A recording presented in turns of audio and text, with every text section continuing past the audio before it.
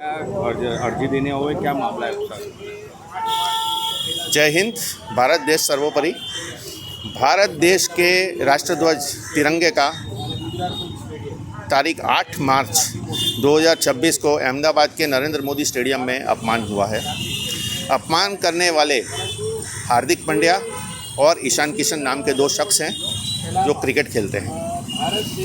दूसरा, उनके साथ में दो लड़कियां हैं जिनके साथ उन्होंने बहुत अश्लील हरकतें की हैं भरे स्टेडियम के अंदर जहां लाखों की भीड़ थी। उस स्टेडियम में हमारे देश के गृह मंत्री भी उपस्थित थे, हमारे गुजरात राज्य के गृह मंत्री भी उपस्थित थे। उन तक की शर्म उन्होंने नहीं की। उन्होंने अपने आप को शायद देश से सर्वोपरि समझा और ऐसी सब हरकतें की हैं जिसको सहन नहीं किया जा सकता। भारत में एक फ्लैग कोड है जो मिनिस्ट्री ऑफ होम अफेयर्स के अंडर आता है, उसके हिसाब से भी सेक्शन 2 लगता है उनके ऊपर। आप तिरंगे का अपमान नहीं कर सकते हो। मेरे हिसाब से तो तिरंगे का अपमान करना देशद्रोह होता है और वो देशद्रोही हैं। आज कौन सी जगह पर, कहाँ पे पहुँच? हम कारेलीबाग पुलिस स्टेशन आए हैं वडोदरा के। यहाँ पे पुलिस में FIR करने के लिए आए हैं।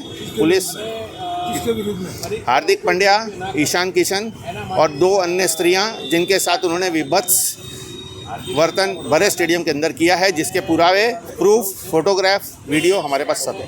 आपका नाम? राजेश कुमार गोयल। एक्चुअल 8 मार्च જે વિશ્વ મહિલા દિવસ હતો, જે દિવસે અમદાવાદમાં નરેન્દ્ર મોદી સ્ટેડિયમ ખાતે જે મેચ રમાઈ, મેચ આપણે જીતી એની ખુશી બધાને છે, સૌને છે, ભારત દેશના નાગરિકોને બધાને છે। પરંતુ જે રીતે ભારત દેશના રાષ્ટ્રધ્વજનું અપમાન થયું એ અપમાન ના થવું જોઈએ અને એ ના થાય, ફરી વખત આવું ના બને એના માટે અમે લોકો આવ્યા છીએ અહીંયા અને અમારા મિત્ર રાજેશભાઈ ગોયલ દ્વારા અહીંયા ફરિયાદ નોંધાવવામાં આવી રહી છે કે જેથી કરીને ફરી જો કાયદેસર કાર્યવાહી કરવામાં આવે એની ઉપર તો ફરી આવું કોઈ ના કરે।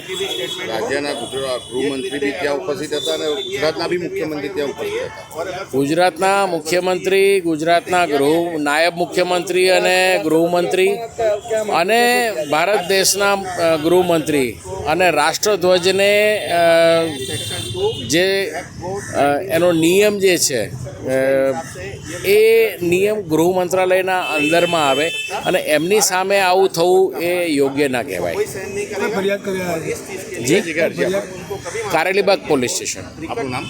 મારું નામ તો શૈલેષ શુક્લ છે અને ફરિયાદી છે રાજેશ કુમાર ગોયલ।